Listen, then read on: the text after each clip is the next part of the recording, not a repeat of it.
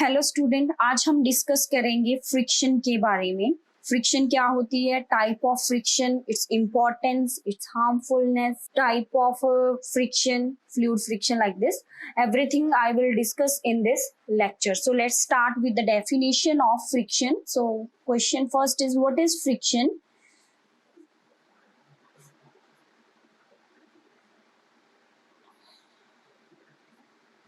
हमारे पास ये क्वेश्चन है, इसको हम देखेंगे फ्रिक्शन क्या चीज है। तो स्टूडेंट, आप साइकिल सारे चलाते हो।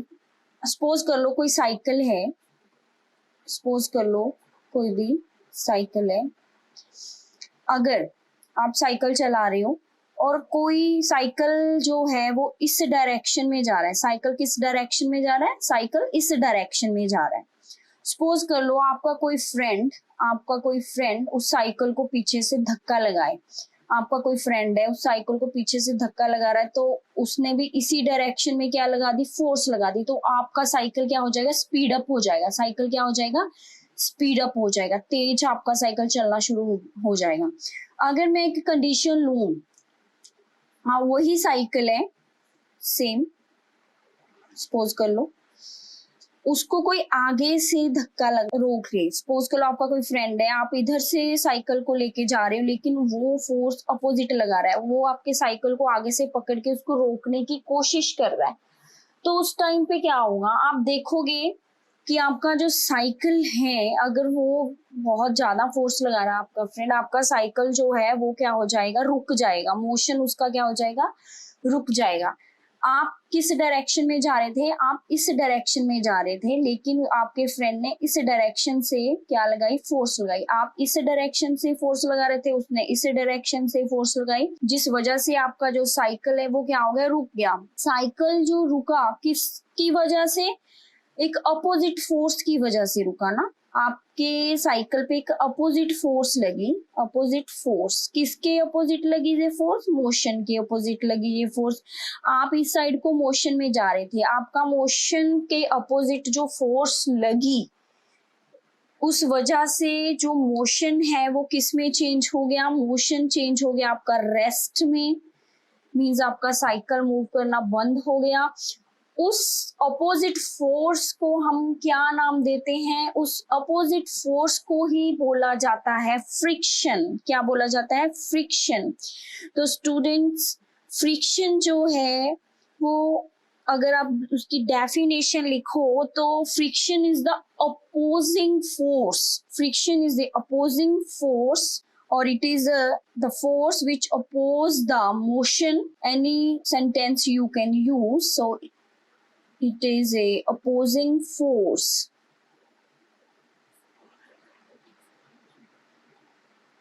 एक डेफिनेशन और मैं आपको बताऊंगी फ्रिक्शन के बारे में, हम और डिस्कस करने जा रहे हैं। सपोज कर लो फ्रिक्शन जो है वो it is a opposing force. अब मैं बताऊंगी फ्रिक्शन के बारे में डिटेल। तो स्टूडेंट, फ्रिक्शन के लिए हमारे पास कितनी सरफेसेस का होना जरूरी है, 2 सरफेसेस का। फ्रिक्शन जो है ऑलवेज वो किस सरफेस में लगती है, 2 सरफेस का होना जरूरी है अगर हम फ्रिक्शन को देखना चाहते हैं। सपोज कर लो ये आपका फ्लोर है। फ्रिक्शन का रीजन क्या है, फ्रिक्शन जो है कैसे एग्जिस्ट होती है चीजों के बीच में, रीजन क्या है देखो। सपोज कर लो ये कोई फ्लोर है, इस पे आपकी बॉल जो है वो रोल कर रही है। आप देखोगे कि थोड़ी देर बाद जो बॉल है वो क्या है, उसका जो मोशन है वो रुक जाएगा। क्यों, क्योंकि जो हमारा ये फ्लोर है वो बॉल के ऊपर अपोजिट डायरेक्शन में क्या लगाता है, फोर्स। इस फोर्स को हम बोलते हैं फ्रिक्शन। तो फ्रिक्शन कैसे होती है, फ्रिक्शन का रीजन क्या है, रीजन ऑफ फ्रिक्शन।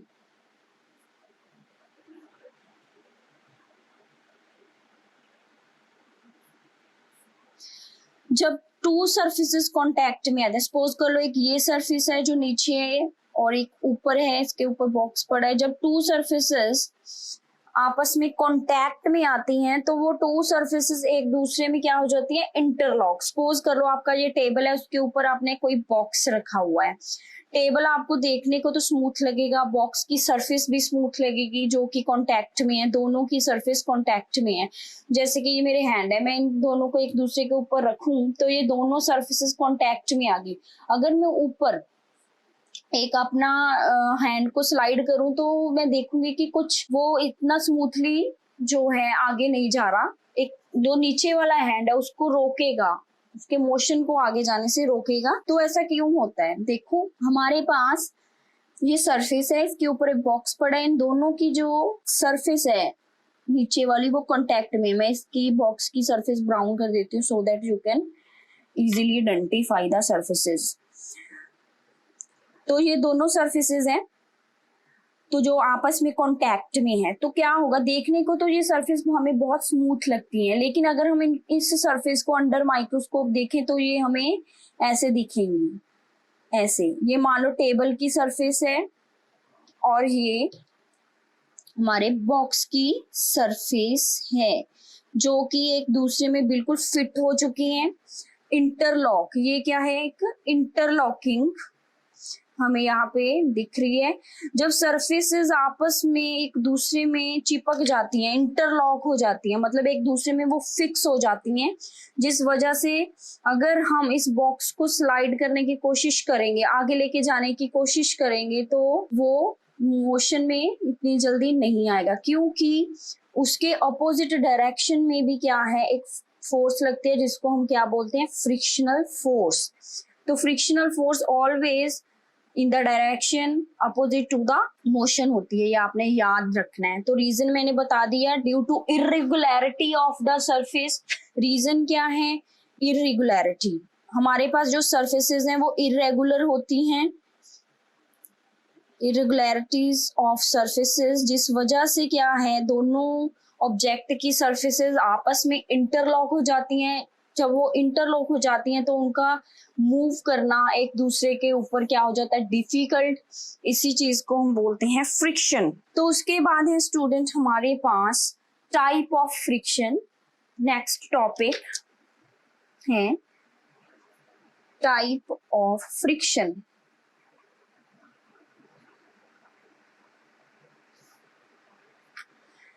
फ्रिक्शन जो है ये हमारे पास टू टाइप का होता है, एक ड्राई फ्रिक्शन है, एक फ्लूइड फ्रिक्शन है।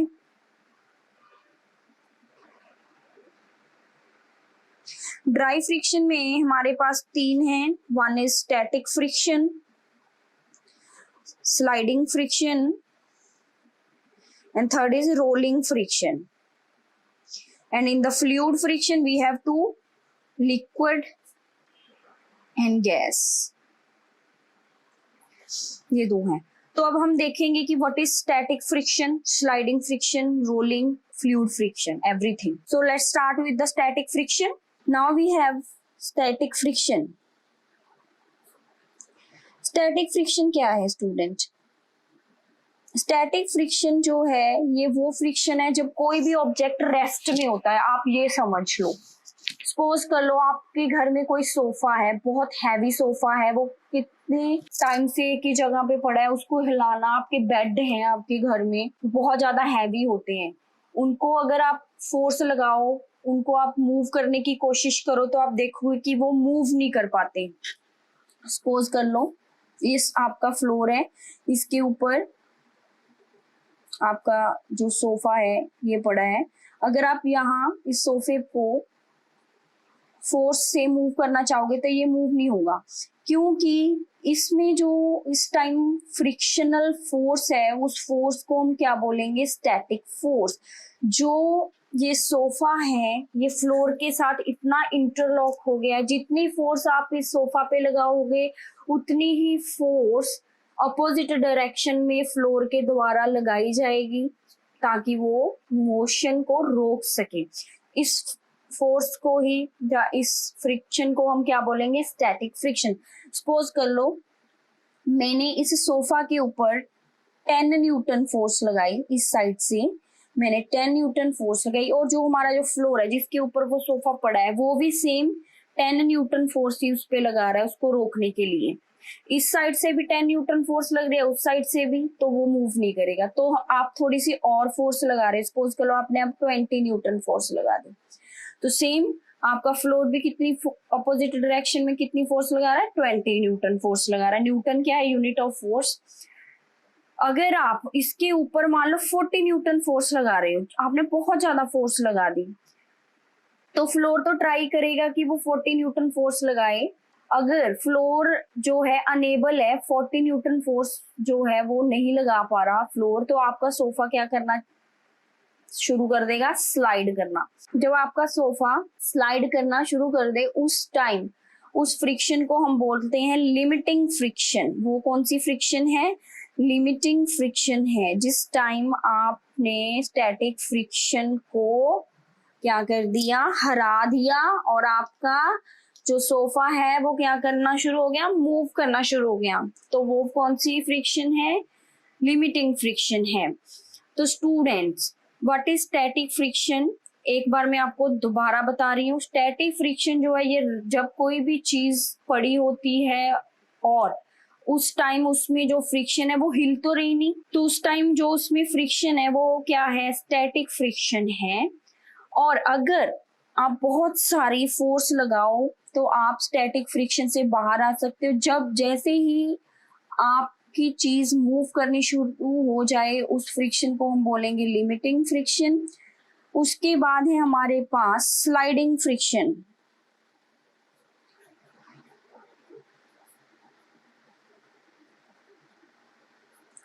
स्लाइडिंग फ्रिक्शन क्या है, अब आपका सोफा जो है वो मूव करना शुरू हो गया, आप मूव करना शुरू हो गया, तो आप देखोगे कि अब इजीली वो क्या है, स्मूथली बड़े आराम से वो आगे आगे स्लाइड करता जाता है। तो इस उस टाइम जो सोफे और आपके फ्लोर के बीच में जो फ्रिक्शन हो गया, आप स्लाइड कर रहे हो, अपने सोफे को आगे लेके जा रहे हो, स्लाइड कर रहे हो, आप अपने सोफे को आगे लेके जा रहे हो, उस टाइम पे जो फ्रिक्शन लग रही है, स्लाइडिंग के टाइम पे जो फ्रिक्शन लग रही है उस फ्रिक्शन को क्या बोला जाएगा, स्लाइडिंग फ्रिक्शन। बिल्कुल सिंपल है ये।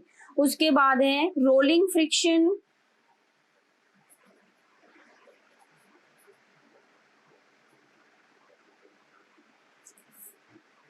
रोलिंग फ्रिक्शन क्या है, जब कोई भी चीज रोल कर रही है, रोल जैसे कि ये पेन है, मैंने इसको ऐसे रोल कर दिया, ये गोल गोल इधर को जा रहा है, रोलिंग।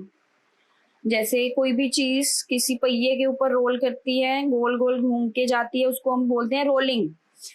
जब रोलिंग के टाइम कोई भी नीचे वाली सरफेस, जैसे कि ये पेन है, इसके पेपर के ऊपर ये रोल कर रहा है, पेपर इसको अपोजिट डायरेक्शन में क्या करेगा, फोर्स लगाएगा। वो कौन सी फोर्स होगी, वो रोलिंग फोर्स होगी, जो रोलिंग फ्रिक्शन, उसको हम क्या बोलेंगे, रोलिंग फ्रिक्शन बोला जाएगा। तो स्टूडेंट ये थी हमारे पास टाइप ऑफ फ्रिक्शन, ये ड्राई फ्रिक्शन थी। तो आपको मैं बता दूं, स्टैटिक फ्रिक्शन सबसे ज्यादा होती है, उससे कम स्लाइडिंग और उससे कम रोलिंग फ्रिक्शन। तो हमारे पास स्टैटिक फ्रिक्शन है ये ज्यादा होती है as compare to sliding, and sliding friction ज्यादा होती है एज कंपेयर टू रोलिंग। तो स्टैटिक फ्रिक्शन ग्रेटर होती है स्लाइडिंग से, एंड स्लाइडिंग ग्रेटर होती है रोलिंग से।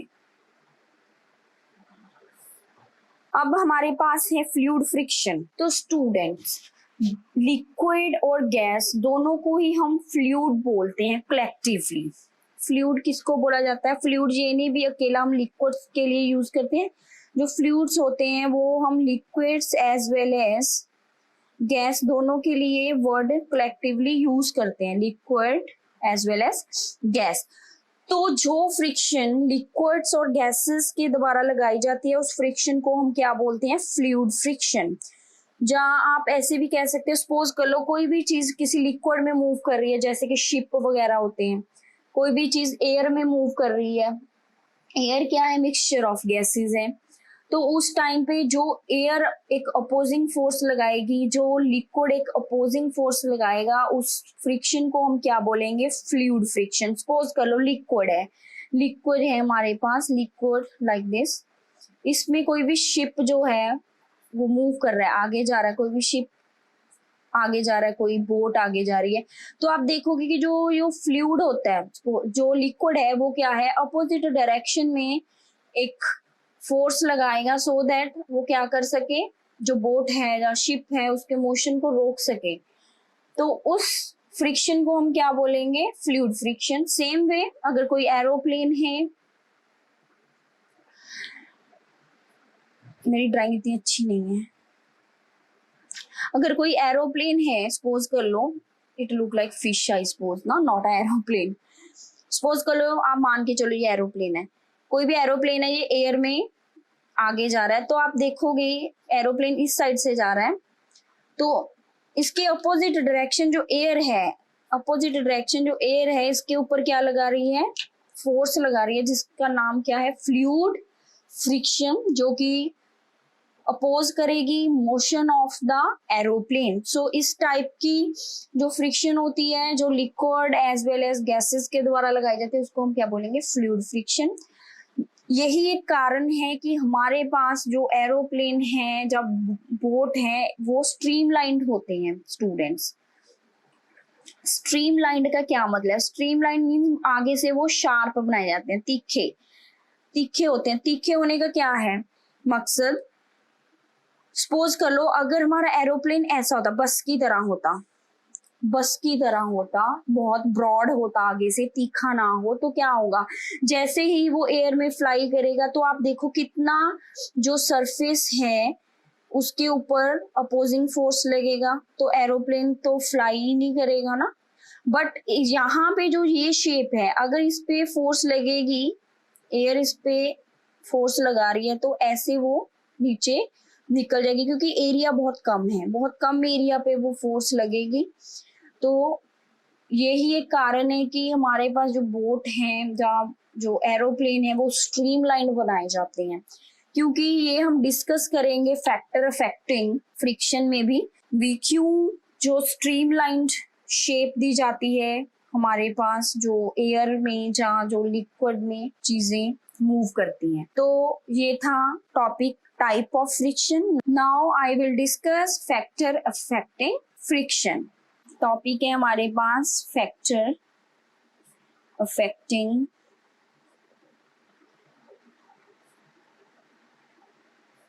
फ्रिक्शन।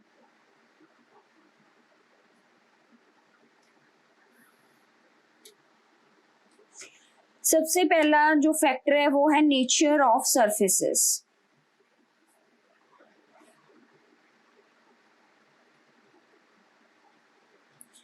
हमारे पास सरफेस स्मूथ है, रफ है, इस पे डिपेंड करता है फ्रिक्शन। जितना सरफेस ज्यादा रफ होगा उतनी इंटरलॉकिंग ज्यादा होगी, मींस उतना ही फ्रिक्शन क्या होगा, ज्यादा होगा। सपोज कर लो यहाँ पे ये मेरे पास रफ सरफेस है, जिसकी वजह से उनमें जो इंटरलॉकिंग है बहुत ही ज्यादा है, और इस चीज को आगे मूव करना बहुत डिफिकल्ट है। अगर हम कोई स्मूथ सरफेसेस लें, स्मूथ सरफेसेस पे फ्रिक्शन तो होगी, लेकिन वो एज कंपेयर टू, सपोज कर लो ये स्मूथ सरफेसेस हैं, इनमें इंटरलॉकिंग है लेकिन वो कम है as compare to rough surface. तो हमारे पास ये नेचर ऑफ सरफेसेस पे भी डिपेंड करता है, भी हमारे पास सरफेस रफ है, जहाँ हमारे पास सरफेस स्मूथ है। रफ सरफेस में फ्रिक्शन ज्यादा होती है as compare to smooth surface. उसके बाद है एरिया ऑफ कॉन्टैक्ट। स्टूडेंट जितना ज्यादा एरिया कॉन्टैक्ट में होगा उतना ही फ्रिक्शन ज्यादा होगा। यही एक कारण है, अभी मैंने डिस्कस किया है कि जो एरोप्लेन होते हैं, जो बर्ड्स आपने देखे हैं एयर में फ्लाई करते हैं, और जो शिप वगैरह होते हैं, ये स्ट्रीमलाइंड होते हैं। आगे से इनकी जो शेप होती है वो स्ट्रीमलाइंड होती है, सो दैट जब एरिया है वो रिड्यूस हो जाए, एरिया कम हो जाए। जितना एरिया कम होगा उतनी ही उसके ऊपर फ्रिक्शन भी क्या है, कम लगेगी। जितना एरिया ज्यादा होगा उसके ऊपर भी फ्रिक्शन क्या है, ज्यादा लगेगी। ये आपको पता होना चाहिए। एरिया ऑफ कॉन्टैक्ट किसे एरिया जो है directly proportional to the friction, means area increase करेगा तो फ्रिक्शन भी इंक्रीज करेगी, एरिया रिड्यूस कर दो तो फ्रिक्शन भी क्या हो जाएगी, रिड्यूस हो जाएगी। उसके बाद जो थर्ड है हमारे पास वो है how hard the object is pressed on the another surface. How hard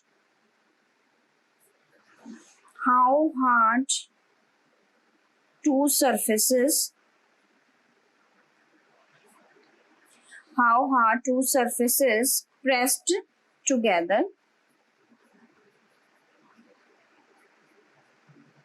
means, suppose कर लो आपके घर में मैट है, आप मैट को जब खींचते हो वो इजीली आप उसको खींच सकते हो। अगर मैट के ऊपर कोई बैठ जाए, सपोज कर लो 10 पर्सन हमने मैट के ऊपर बैठा दिए, क्या आप उसको इजीली खींच सकोगे? ये कोई मैट है, कोई कारपेट आपने बिछाया है, ये सिंपल है, आपने इसको खींच लिया, बड़े इजी से पकड़ा और आपने इसको खींच लिया, आपने इसको साफ करना है। अगर इसके ऊपर सामान पड़ा है, आप बहुत सारे इसके ऊपर बैठे हो, सपोज कर लो मैं ही बैठ जाऊं, आप बैठ जाओ और इसको आप का कोई मदर या फादर उठाना चाहें तो वो डिफिकल्टी फेस करेंगी उसको खींचने में। ऐसा क्यों होता है? क्योंकि वो सरफेसेस आपस में प्रेस हो गई हैं। जितना ज्यादा आप सरफेसेस को प्रेस करोगे उतनी ज्यादा उनकी इंटरलॉकिंग भी क्या हो जाएगी, इंक्रीज हो जाएगी। How hard to surfaces pressed together, जितना ज्यादा उनको टाइटली आप प्रेस कर दोगे उतनी फ्रिक्शन क्या हो जाएगी, ज्यादा। तो प्रेसिंग से क्या है, फ्रिक्शन क्या है, इंक्रीज हो जाती है। अगर आप हार्डली प्रेस नहीं किया हुआ चीजों को तो वो उनमें फ्रिक्शन भी क्या हो जाती है, कम हो जाती है। ये था फैक्टर अफेक्टिंग फ्रिक्शन के बारे में स्टूडेंट्स। उसके बाद है इम्पोर्टेंस। फ्रिक्शन जो है, क्या इसकी कोई इम्पोर्टेंस है हमारी लाइफ में? यस, ऑफ कोर्स फ्रिक्शन की हमारी लाइफ में बहुत ही इम्पोर्टेंस है स्टूडेंट। कभी भी आप देखो, जब आप चलते हो, चलने के लिए हमारे जो पाँव हैं, हमारे जो फीट हैं, उनके बीच और जिस फ्लोर पे आप चल रहे हो उनके बीच कुछ फ्रिक्शन का होना बहुत इम्पोर्टेंट है। अगर फ्रिक्शन नहीं है तो आप इजीली वॉक नहीं कर पाओगे, आप स्लिप कर जाओगे। कभी भी आपने देखा होगा कि आजकल कॉमनली हमारे जो घर हैं उनमें हमने फ्लोर टाइल्स लगाई हुई हैं जो बहुत ही स्मूथ होती हैं। सम टाइम वो कई बार उस पे अगर पानी होता है, जहाँ मम्मी साफ करके हटते हैं, तो अगर हम उस पे वॉक करते हैं तो हम स्लिप कर जाते हैं। ऐसा क्यों होता है? क्योंकि जो वाटर है उसकी वजह से एक तो फ्लोर पहले ही बहुत स्मूथ है, उसके ऊपर पानी आ गया और बिल्कुल ही जो फ्रिक्शन है रिड्यूस हो जाएगी, कम हो जाएगी। तो जब फ्रिक्शन बिल्कुल रिड्यूस हो जाए तो आपको वॉक करना मुश्किल होगा। रफ सरफेस पे आप इजीली वॉक कर सकते हो एज कम्पेयर टू स्मूथ, आप स्लिप कर जाते हो स्मूथ सरफेस पे। तो वॉक करने के लिए फ्रिक्शन का होना बहुत जरूरी है। तो वॉकिंग के लिए बहुत जरूरी है फ्रिक्शन। तभी तो आपके जो शूज हैं, कभी भी आप देखो उसके नीचे एक डिजाइन तभी बनाया जाता है ताकि आप जिस फ्लोर पे चलो उसके साथ आपके शूज थोड़ा कांटेक्ट बना लें और आप स्लिप ना करें। उसके बाद हमारे जो चौक होते हैं जिसके साथ हम बोर्ड पे लिखते हैं, पेन है, पेंसिल है, ये भी पेपर के साथ इनमें कुछ फ्रिक्शन की वजह से ही ये चलते हैं। पेन हो गया, चाक हो गया, ये किस वजह से चलते हैं? फ्रिक्शन। किसके साथ फ्रिक्शन होती है इनकी? पेपर के साथ। अगर पेपर पे ऑयल लगा हो, कई बार होता है आपके हाथ स्टिकी होते हैं, ऑयल लग जाता है पेपर पे, जैसे ही आपने ऑयल लगाया तो फ्रिक्शन क्या होगी, कम होगी। तो उस पे लिखना आप देखोगे कि लिखा ही नहीं जाता, कुछ भी लिखा नहीं जाएगा ना। तो ये क्या है, तो लिखने के लिए भी फ्रिक्शन का होना बहुत ज्यादा इम्पोर्टेंट है। तो स्टूडेंट फ्रिक्शन जो है ये हमारी लाइफ में इम्पोर्टेंट भी है और ये हमारी लाइफ में कुछ हार्मफुल इफेक्ट भी छोड़ती है। जैसे कि इसकी हार्मफुलनेस क्या है, अगर हम देखें हमारे जो शूज हैं वो फट जाते हैं, वियरिंग एंड टीयरिंग, वियर और टीयर ऑफ शूज, शूज का फट जाते हैं हमारे शूज। और हम देखते हैं कोई, जैसे आप साइकिल चलाते हो, आपकी जो चैन होती है साइकिल की वो भी एक कई बार बहुत ज्यादा आवाज करने लग जाती है, उसको उसमें फ्रिक्शन बहुत होता है और साइकिल को चलाना इजी नहीं होता। उस टाइम पे क्या है, आपका जो मोशन है वो भी क्या हो जाता है, स्पीड जो है या मोशन वो है लो हो जाता है या स्लो हो जाता है। तो ये भी फ्रिक्शन की वजह से कुछ हम देखते हैं कि इफेक्ट पड़ते हैं हमारी लाइफ में। How we overcome the harmfulness of friction, हम कैसे टैकल कर सकते हैं, ओवरकम कर सकते हैं फ्रिक्शन को? By applying oil, grease, lubricant. ये कुछ ऐसे हमारे पास मटेरियल हैं, अगर हम इनको लगाते हैं उससे क्या हो जाएगा, फ्रिक्शन जो है वो कम हो जाती है। जो हमारी मशीन्स हैं अगर हम उनमें ऑयल, ग्रीस, ल्यूब्रिकेंट डालें तो उनमें फ्रिक्शन कम हो जाती है। तो ऐसे भी आप फ्रिक्शन को कम कर सकते हो जहाँ पे भी आपको जरूरत है। उसके बाद बाय रोलिंग, अगर आप चीज को स्लाइड करने की जगह उसको रोल करो, टायर जैसे कि लगे होते हैं, हमने देखा है हमारे घर में बहुत सारी चीजें उनको नीचे टायर हमने लगाए होते हैं, जैसे फ्रिज के नीचे, वॉशिंग मशीन के, उनको स्लाइड करना बड़ा इजी होता है। अगर उनके टायर ना हो तो आप देखोगे कि आपको बहुत ज्यादा फोर्स लगानी पड़ती है अगर आपको उनको एक जगह से दूसरी जगह लेके जाना है। तो स्टूडेंट्स, तो रोलिंग के साथ भी आप क्या कर सकते हो, फ्रिक्शन को रिड्यूस कर सकते हो। तो ये कुछ मेथड हैं जिससे आप फ्रिक्शन को क्या कर सकते हो, कम कर सकते हो। तो स्टूडेंट, इस चैप्टर में हमने डिस्कस किया व्हाट इज फ्रिक्शन, उसकी टाइप, उसके फैक्टर्स, इम्पोर्टेंस, उसकी हार्मफुलनेस, जैसे कि हार्मफुलनेस में टायर देखे हैं आपने गाड़ियों के, वो भी फट जाते हैं, घस जाते हैं, उनमें जो डिजाइन होता है तो नए डलाने पड़ते हैं, ये भी एक उसका नुकसान ही हो गया फ्रिक्शन का। तो हार्मफुलनेस हमने डिस्कस किया, how we overcome the friction, तो ये था हमारे फ्रिक्शन के बारे में। If you want to ask any question you can comment and ask. Thank you.